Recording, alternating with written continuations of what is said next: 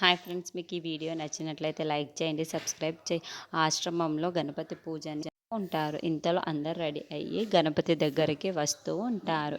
అక్కడ ఆరాధ్య వస్తూ ఉంటుంది. అది కమలమ్మ అయితే ఆరాధ్యమ్మ వచ్చేశారు, ఇక పూజ మొదలు పెట్టేయచ్చు అని చెప్పేసి అందరికీ చెబుతూ ఉంటుంది. ఆ మాటలు వినగానే అక్కడున్న వాళ్ళందరూ అయితే ఒక్కసారిగా అక్కడికి వచ్చి నా ఆరాధ్యను చూస్తూ ఉంటారు. ఇంతలో అక్కడ ఉన్న ఆరాధ్య అయితే కారులో నుండి బయటికి దిగుతూ ఉంటుంది. అది చూసిన వాళ్ళందరూ అయితే చాలా సంతోషిస్తూ ఉంటారు.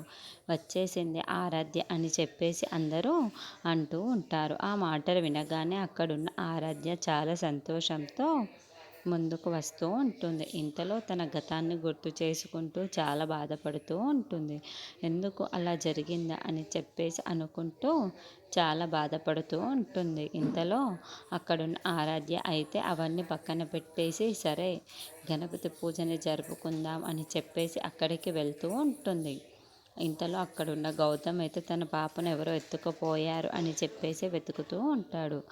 ఆవిడ కనిపించడంతో ఏంటి ఈవిడ ఆవిడలాగానే ఉంది, ఈవిడే కదా నా పాపని కిడ్నాప్ చేసింది, ఎక్కడికి తీసుకువెళ్ళిందో తనను పట్టుకుంటే నాకు ఖచ్చితంగా తెలుస్తుంది ఎక్కడ ఉందో ఏంటో అని చెప్పేసి వెతుక్కుంటూ తన దగ్గరికైతే వెళ్తూ ఉంటాడు.